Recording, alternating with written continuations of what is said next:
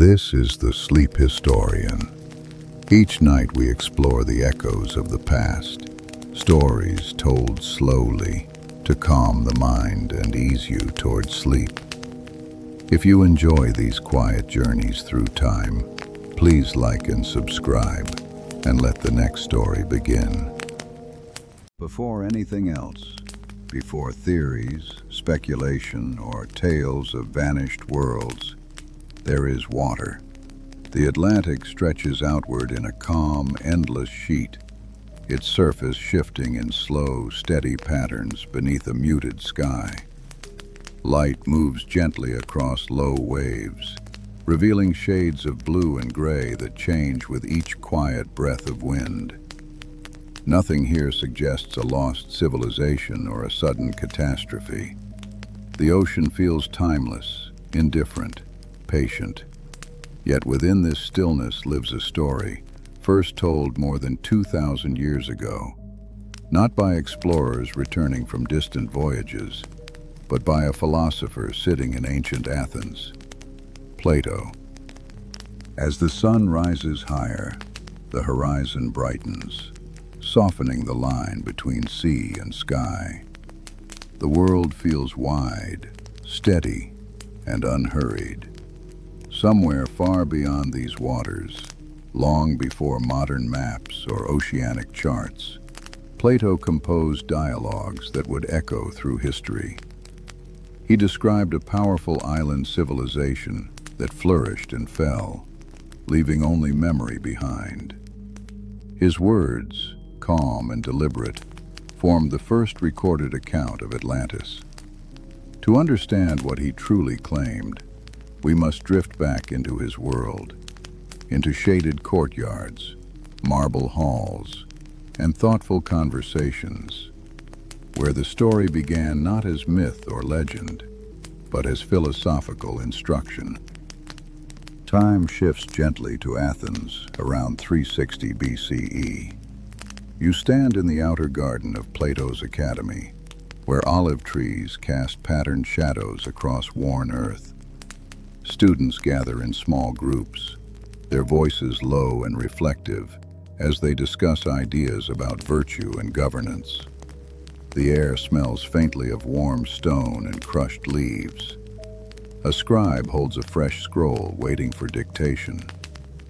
Plato, older now and deep in contemplation, considers how societies rise and fall. His thinking turns toward an example, a distant power, ancient even in his time. In this quiet, thoughtful environment, the idea of Atlantis begins to form. Step inside a dim hall where a recitation of Plato's dialogue, Timaeus, has begun. Oil lamps flicker against smooth walls, casting soft gold light that dances across listening faces. A speaker reads aloud, explaining that the story came from Solon, the respected Athenian lawgiver who once visited Egypt. Solon, according to the tale, heard of a war between early Athens and a mighty island beyond the Pillars of Heracles.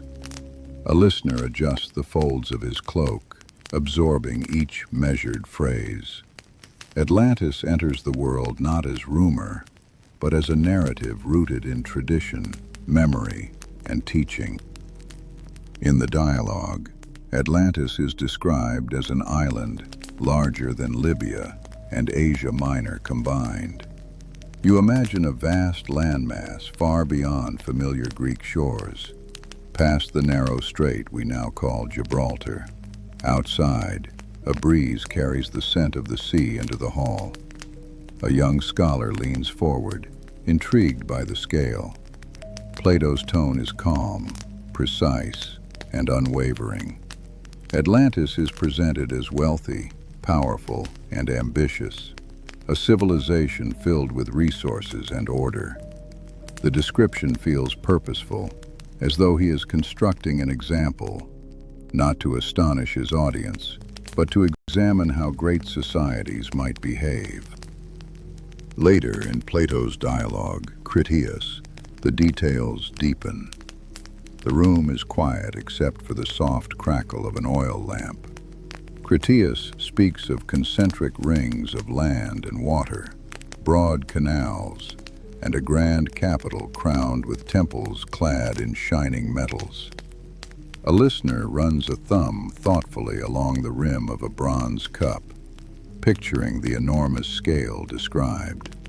The scene is architectural, not fantastical. Atlantis appears structured, organized, carefully designed.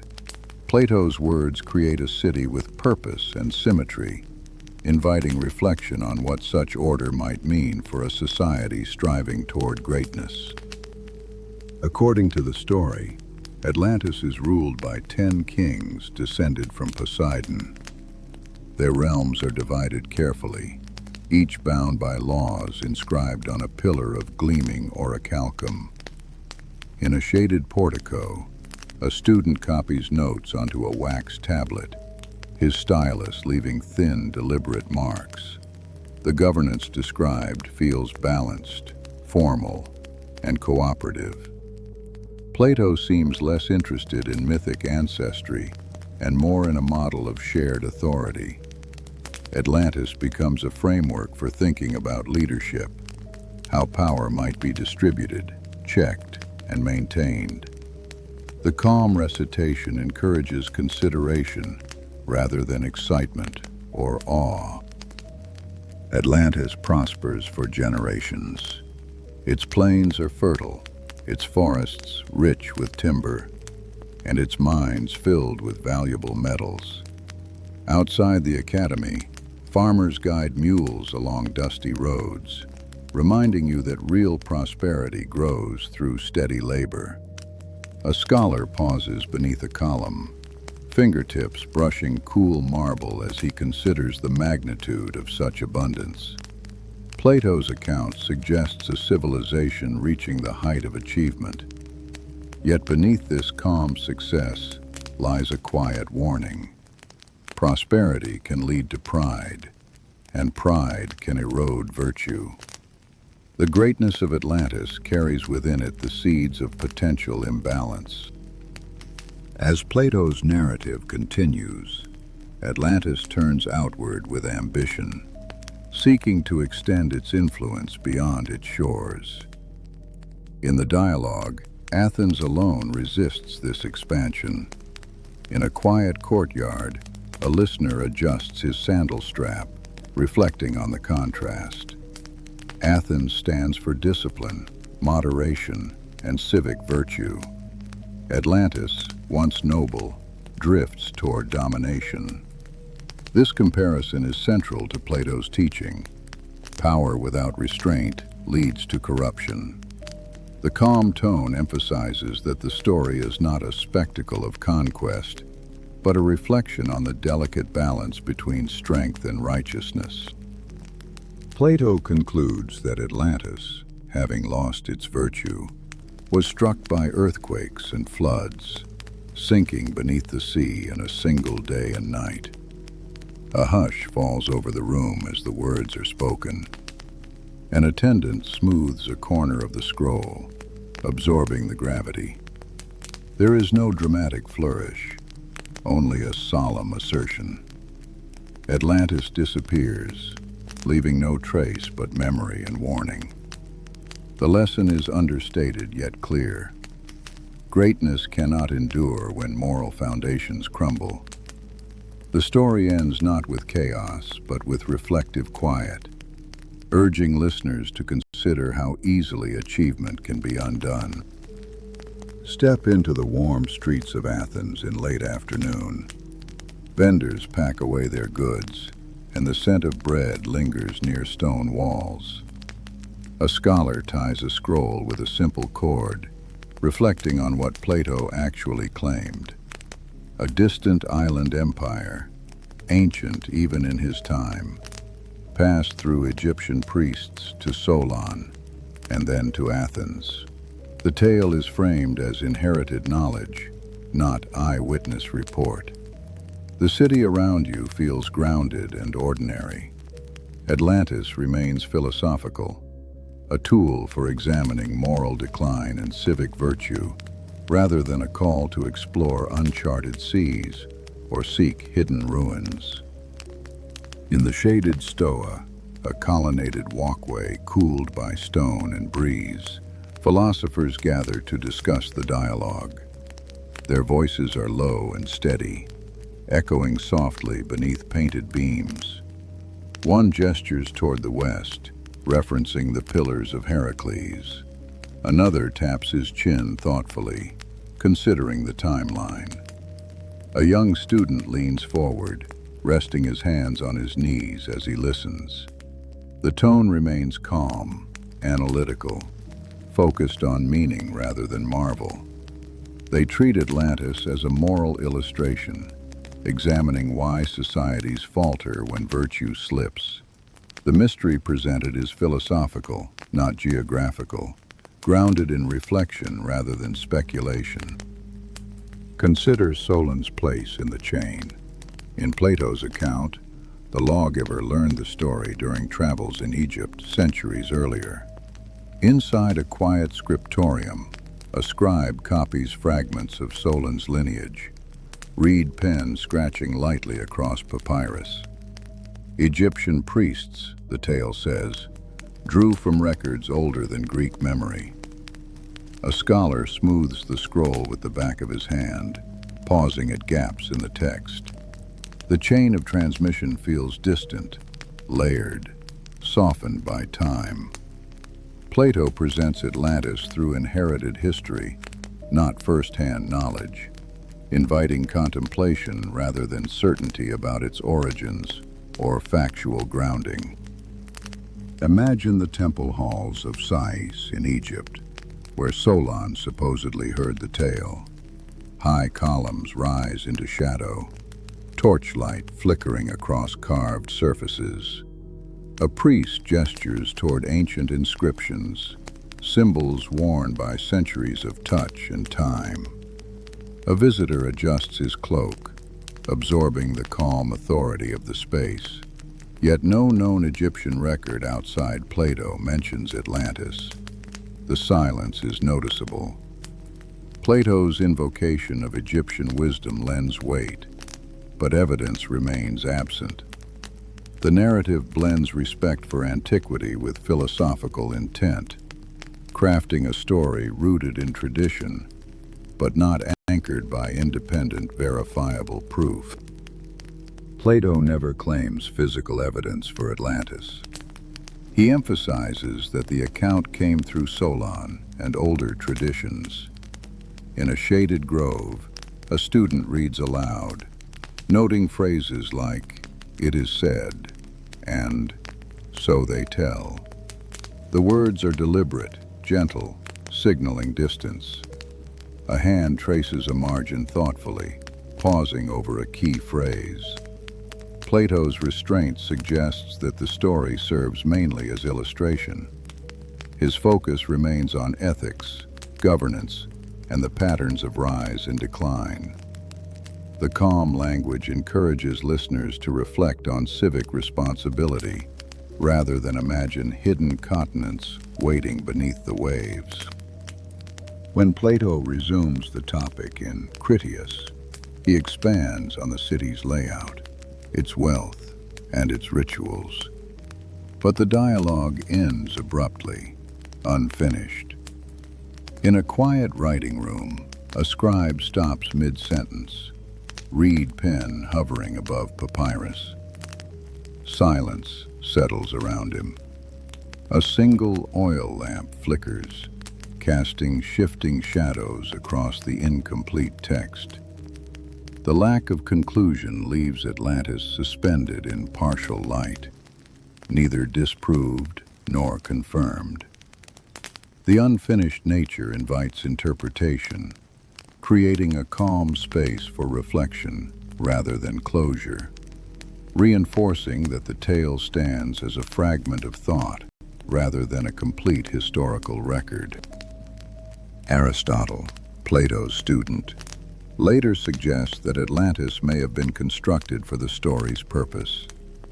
In a modest lecture space, A listener scratches the remark into a wax tablet, stylus clicking softly. Aristotle's skepticism frames the tale within philosophical teaching rather than literal history. The calm critique does not dismiss Plato's insight. It clarifies it. Atlantis becomes a hypothetical example, a mirror for examining human behavior, ambition, and decline. The story endures because it provokes thought, offering a gentle reminder that even imagined societies can reveal truths about virtue and responsibility. Beyond the academy walls, life continues quietly. Children chase each other near a fountain, splashing water onto warm stone. A merchant folds a bolt of cloth, smoothing its edge with steady hands. These everyday rhythms remind you that Plato's listeners lived in a tangible world, focused on real civic concerns. No one rushed to draw maps or launch expeditions. Atlantis existed in thought, a reflective space for considering how civilizations thrive or falter. The lost city was not presented as a destination, but as an idea, an invitation to think carefully about balance, justice, and the stewardship of power. Centuries drift by, Greek knowledge spreads, and Rome rises to dominance. In a dim Roman library, scrolls lie unrolled across wooden tables. Dust hangs in quiet beams of afternoon light. A scholar adjusts his posture, parchment rustling softly beneath his hand as he studies Plato's dialogues. Atlantis becomes part of a wider philosophical tradition, preserved through careful copying. Yet no Roman historian records evidence of a vanished island empire. The silence across their works is notable. Atlantis remains contained within Plato's narrative, a calm reflection on societal virtue rather than a documented chapter in recorded history. In medieval monasteries, monks continue to preserve ancient manuscripts. The air smells of beeswax, parchment, and ink. A monk dips his quill and traces Plato's words with patient strokes, copying the story with reverence. Outside, wind rattles wooden shutters, adding a soft rhythm to the room's stillness. The tale is carried forward unchanged. No additions, no new claims. The monks do not treat Atlantis as literal geography, but as part of inherited learning. The calm continuity emphasizes that the story survives because of philosophical value, not because of discovered ruins or material proof. During the Renaissance, classical learning awakens with renewed vigor. Scholars gather in cities like Florence and Venice to study Greek texts. In a candlelit chamber, a translator compares scrolls, fingertip gliding along parallel passages. He pauses at the description of concentric rings, intrigued by the geometry. The room hums with quiet curiosity. Renaissance minds view Atlantis not as a lost kingdom to locate, but as a springboard for imagining ideal societies. The emphasis remains intellectual, using Plato's imagery to explore principles of order, harmony, and civic design, rather than embarking on voyages in search of submerged cities. With the arrival of printed books, Plato's works reach wider audiences. In a small study, a printer presses freshly bound pages flat with the heel of his hand, the scent of ink filling the air. Readers encounter Atlantis privately, turning pages slowly and considering its lessons. Some imagine its grandeur, others reflect on the dangers of pride. But nowhere do new sources appear. The narrative remains rooted solely in Plato's words. The calm permanence of print fixes Atlantis in place, unchanged. unmoving, anchored by its original purpose as a philosophical example rather than a historical claim. As ocean exploration expands, sailors chart coastlines and sound the depths of unfamiliar waters. Inside a seaside warehouse, navigators spread maps across long wooden tables. The smell of salt water and tar drifts in through open doors. A cartographer marks new shorelines with a quill, pausing at blank spaces once thought mysterious. Despite global voyages, no trace of Atlantis appears. The silence of discovery contrasts with the vividness of Plato's description. The calm realization settles. The world grows mapped and known, yet the lost city remains unverified. Its endurance comes from thought, not sight. In the 18th century, scholars examine ancient texts with growing precision. In a quiet study lined with leather-bound volumes, a historian traces Plato's timeline. Atlantis is said to have fallen 9,000 years before Solon, a date far older than any known civilization. His fingertip rests thoughtfully on the margin as candlelight flickers nearby. The discrepancy invites calm reflection. Scholars begin to view Atlantis less as a factual record and more as an allegorical device, illustrating the arc of rise and decline across immense time. The focus shifts toward meaning rather than literal chronology. By the 19th century, fascination with lost civilizations grows. Writers publish speculative works proposing potential locations, from the Azores to the Sahara. In a parlor filled with maps and sketches, an author adjusts his spectacles and taps a drawing of circular canals. The room carries the scent of old paper, yet these theories stretch beyond Plato's claims. His words mention only a vast island beyond the Pillars of Heracles, wealthy and ultimately destroyed. The calm distinction remains. Speculation expands outward, but the original text stands unchanged, offering no new direction, coordinate, or tangible clue. In the 20th century, scientific methods deepen exploration of the sea. Oceanographers deploy sonar and submersibles to map the ocean floor. In a research vessel's control room, screens glow with shifting contours of underwater ridges. A technician adjusts a dial, each click echoing in the quiet space. Despite extensive mapping, no evidence of a sunken continent emerges. The data offers clarity. The ocean floor contains no record of Atlantis, as described by Plato. The calm conclusion reinforces that the mystery remains rooted in philosophy and narrative, not geology or archaeology. Return now to Plato's description of Atlantis itself. He speaks of concentric rings of land and water arranged around a central acropolis. Imagine a slow, elevated view gliding over such a landscape. Sunlight glints softly on calm channels, where small boats drift between circular harbors. Broad bridges span the rings, their surfaces smooth and pale beneath the light.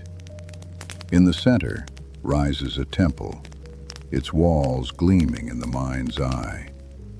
Citizens move along colonnaded walkways, their steps unhurried. The layout feels ordered, balanced, harmonious. Plato's imagery invites contemplation of structure and design, rather than speculation about physical ruins. Plato describes fertile plains, irrigated by canals, stretching in measured lines across open land. Picture a wide expanse beneath a mild breeze, fields shimmering with moisture as water reflects soft daylight. Farmers guide oxen through rich soil, their movements steady and practiced. A worker pauses to wipe dust from his brow with the back of his hand, leaving a faint streak across his skin. The abundance reflects disciplined cultivation, not extravagance. The calm productivity symbolizes prosperity built on structure and care. Plato uses this image to show how balance and order can sustain a thriving society at its peak. He mentions grand temples, including one dedicated to Poseidon. Envision a hall lined with tall columns, their polished surfaces catching warm lamplight. Torches flicker gently, casting long shadows across smooth stone floors. A worshiper places a small offering near the base of a statue, fingertips brushing the cool surface before withdrawing. The atmosphere feels reverent, solemn, and still. Plato's description is architectural rather than mystical, suggesting civic unity and shared purpose. The calm, sacred space reflects a society once aligned with divine principles and communal values, before drifting toward imbalance and excess. Plato describes a council of rulers meeting to inscribe laws upon a pillar of shining orichalcum. Picture a quiet chamber where 10 leaders sit in a semicircle, lamplight pooling softly around them. One traces a finger along engraved symbols, pausing in thought. Their expressions are measured, their gestures restrained. The setting feels orderly and deliberate, emphasizing cooperation rather than domination. Plato's vision of governance highlights accountability and shared responsibility. The calm image suggests that societies flourish when leaders act with humility and justice, reinforcing the broader lesson that balance in power supports stability and harmony. He also praises impressive engineering, canals, docks, and harbors capable of supporting a powerful fleet. Imagine a serene harbor at dawn, long wooden ships resting at anchor, their reflections rippling lightly across glassy water. Workers move with practiced ease, adjusting ropes and checking moorings. A sailor runs his fingers along a taut line, testing its strength. The infrastructure appears practical, purposeful, not extravagant. The calm efficiency underscores human ingenuity, while hinting at the potential risks of expanding military might. Plato's quiet admiration carries a subtle caution. Advanced capability can lead societies toward ambition they may struggle to control. Plato suggests that music, festivals, and rituals accompanied civic life in Atlantis. Picture a courtyard filled with gentle flute melodies drifting through open colonnades. Citizens move in graceful patterns, garments rustling softly as they turn and bow. A child claps lightly, eyes bright with quiet wonder. The celebration feels modest, harmonious, grounded in shared tradition. Plato's vision implies that thriving societies blend art with purpose, allowing beauty to support cohesion. The calm festivity reflects balance, joy without excess, hinting that cultural harmony reinforces stability when guided by moderation rather than indulgence or unchecked pride. Yet Plato notes that Atlantis eventually succumbs to moral decline, greed, pride, and a hunger for conquest. Picture a once orderly marketplace beginning to shift. Merchants speak in sharper tones, competition replacing cooperation. A hand lingers on a gold ornament, fingers tightening possessively. The scene remains calm on the surface, but the balance feels subtly altered. This quiet turning point marks the beginning of downfall. Plato's message is understated. Corruption begins within, long before any outward collapse. The calm imagery underscores that societies often lose their foundations, not through sudden disaster, but through gradual erosion of virtue and restraint. The final moment in Plato's account is stark. Atlantis, corrupted and unbalanced, is struck by earthquakes and floods, sinking beneath the sea in one day and night. Imagine a serene shoreline before any upheaval. Waves lap gently against smooth sand. A fisherman adjusts a net over his shoulder, unaware of impending change. The stillness is profound. Plato offers no vivid chaos, only a simple statement of disappearance. The calm abruptness emphasizes the lesson. Even the greatest civilizations can vanish when they abandon virtue. The story ends in quiet finality, leaving reflection rather than spectacle in its wake. Consider what Plato does not provide. He offers no coordinates, no maps, no ruins to examine. In a quiet library, a scholar scans a list of ancient references, fingertip moving slowly down the page. The parchment is smooth beneath his touch. He finds nothing outside Plato's dialogues. The absence becomes part of the narrative. Atlantis is framed as a moral example, not a destination. The calm realization emerges. The purpose of the story lies in understanding the patterns of rise and decline, not in charting the ocean floor or seeking hidden remnants beneath distant waves. Think about the timescale Plato claims. 9,000 years before Solon. In a dim study, a historian adjusts a candle, light reflecting off bronze instruments arranged neatly on a table. The date predates known civilizations by millennia.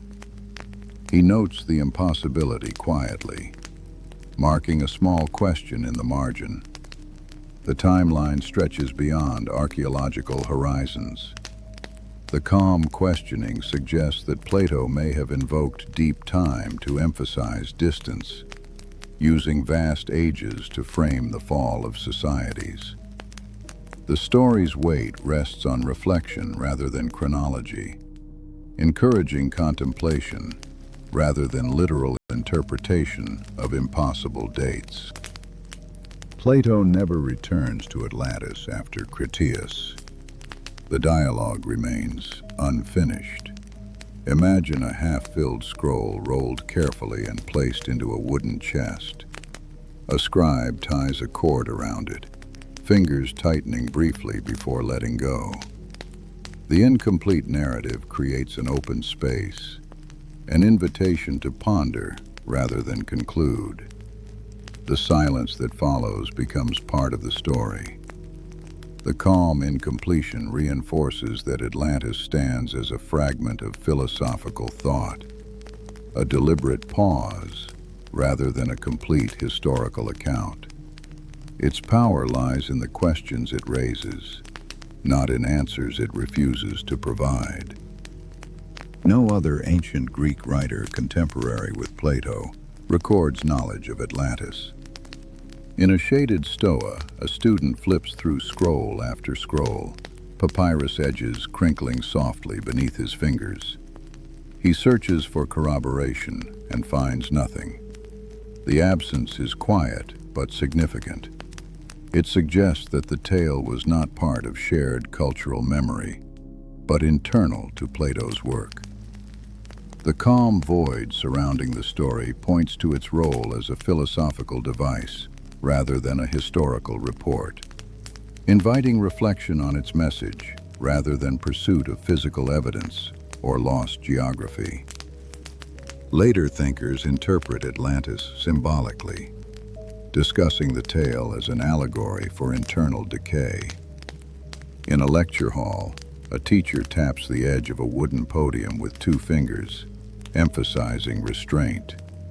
Students sit attentively, absorbing the idea that societies often collapse from within, long before external forces arrive. The calm tone aligns with Plato's broader themes: justice, moderation, and civic virtue. The story becomes a mirror, reflecting the dangers of excess and moral imbalance. Its value lies not in proving a city's existence, but in illustrating the fragile foundations that support enduring civilizations. Modern scholars frequently conclude that Atlantis was crafted as a teaching tool. In a university seminar room, a professor circles a passage in Timaeus with a pencil, the soft graphite line curving across the margin. The discussion centers on Plato's method, constructing hypothetical societies to explore ideals and failures. The calm focus shifts attention from physical ruins to intellectual purpose. The narrative is recognized as intentional design, not forgotten history. Atlantis becomes a structured example meant to provoke thought about governance, virtue, and decline, rather than a literal account waiting to be confirmed by discovery. Scientific research reinforces skepticism. Geologists examine the structure of Earth's crust, noting that continents cannot simply sink into the sea.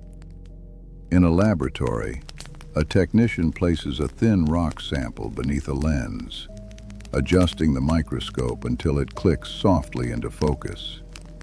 The calm precision of science clarifies boundaries between myth and possibility. The physical world offers no support for Plato's sudden disappearance of a vast land. The story resides in narrative, not geology, guiding reflection rather than suggesting an event that left measurable traces upon the ocean floor. Yet the mystery endures because Plato wrote with vivid detail and moral weight. In a quiet reading room, a person turns the final page of the dialogue and pauses, fingertips resting lightly on the text. The mind lingers on the image of a vanished civilization, a gentle space between imagination and understanding. The calm allure persists not through evidence, but through reflection. Atlantis invites each listener to consider how societies flourish, falter, and fade, offering a quiet reminder that human achievement is both remarkable and fragile, shaped as much by virtue as by ambition. Atlantis enters modern culture through art, literature, and film. In a gallery, a painter stands before a canvas, brushing soft blues and golds to depict an imagined submerged city. Wet pigments glisten under gentle light. The image is serene, expansive, and deeply imaginative. Creative interpretations stretch far beyond Plato's measured words, adding towers, domes, and glowing streets he never described. The calm artistic process shows how myths evolve through curiosity and hope, shaping dreams rather than facts. Atlantis becomes a symbol of wonder, an idea that inspires reflection on lost possibilities rather than a record of literal history. Some modern writers and researchers propose real-world locations for Atlantis, across islands, deserts, and frozen lands. In a small study, a researcher spreads maps across a desk, tracing coastlines with the tip of a finger. A globe spins slowly nearby, catching warm lamplight along its curved surface. These quests arise from longing for discovery and the allure of hidden truths. Yet none align closely with Plato's sparse claims. The calm gap between speculation and the original text encourages careful thought, reminding us that the dialogue offers meaning rather than instructions for uncovering a vanished empire. Pseudoscientific theories sometimes link Atlantis to advanced technologies or forgotten superpowers. In a cluttered room, Books and diagrams form uneven stacks. Someone flips through pages filled with bold assertions, brow furrowed in concentration. The atmosphere feels restless compared to Plato's steady tone. The calm truth remains. The dialogues mention no miraculous machines, no extraordinary abilities, only wealth, organization, ambition, and decline. The contrast highlights how imagination can outgrow origins, transforming a philosophical lesson into speculative fiction. Plato's purpose was reflection, not wonder, inviting readers to consider ethical balance rather than envision lost marvels. Archaeologists uncover real lost cities: Troy, Pompeii, Thonis Heracleion, revealing civilizations once thought beyond recovery. In an underwater excavation, divers retrieve fragments from the seabed. A gloved hand brushes silt from carved stone, revealing faint symbols beneath murky light. These discoveries demonstrate that some legends hold kernels of truth. Yet, Atlantis, as Plato described it, leaves no archaeological trail. The calm distinction is important.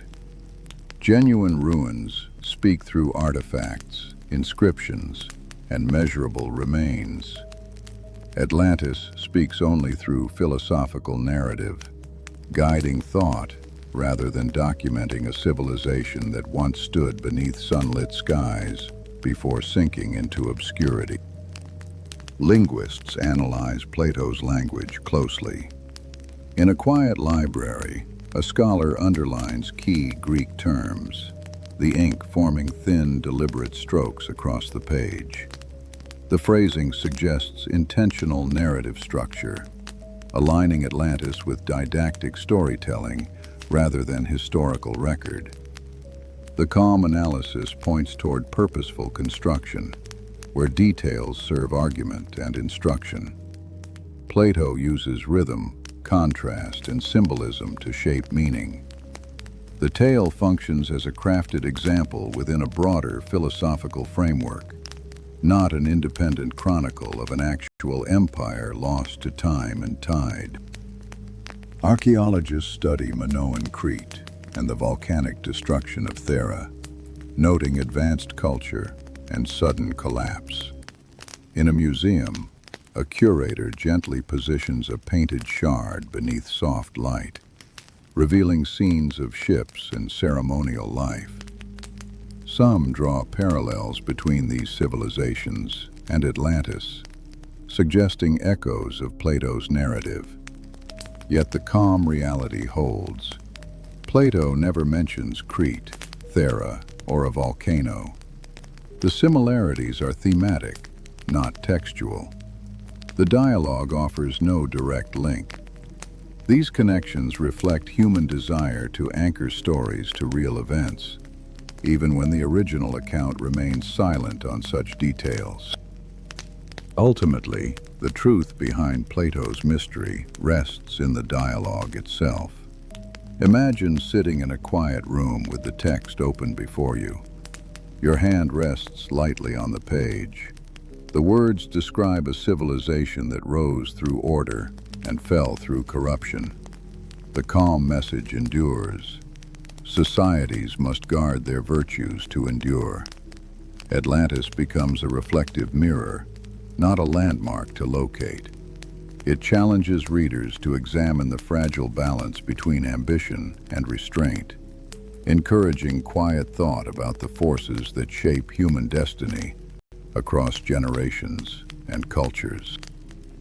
The lost city remains lost because it was never claimed as found. Plato offered no artifacts, no maps, no corroborating records, only a lesson about the impermanence of power and the consequences of moral decline. Imagine the ocean once more, its surface smooth beneath a soft horizon. Waves move in steady rhythm, carrying no secrets of sunken continents. Atlantis lives in thought, not stone. The calm truth behind the mystery is philosophical. Greatness requires balance, humility, and justice. Without them, even imagined empires can serve as warnings, echoing softly through time. Let your thoughts drift gently across the journey, from shaded courtyards in ancient Athens to imagined harbors and quiet libraries. These moments blend softly, forming a calm understanding. Atlantis, as Plato described it, was not a puzzle to solve, but a reflection on the rise and fall of civilizations. The lesson settles like evening light. Wisdom supports endurance, while pride invites collapse. The story rests in contemplation rather than discovery, offering space to consider how societies hold their balance, and how easily that balance can shift beneath the weight of ambition or neglect. Return now to your own quiet space. The world around you is still, far from imagined islands and philosophical warnings. The sounds are soft, perhaps a distant hum, a settling floorboard, or simply the steady rhythm of your breath. Atlantis fades gently into memory, becoming part of a vast sea of stories that shape how we understand ourselves. Here, you are safe, calm, and at rest. Let your mind settle like waves easing onto a quiet shore. The night stretches peaceful and steady, inviting rest. The ocean, real or imagined, remains quiet, timeless, and still.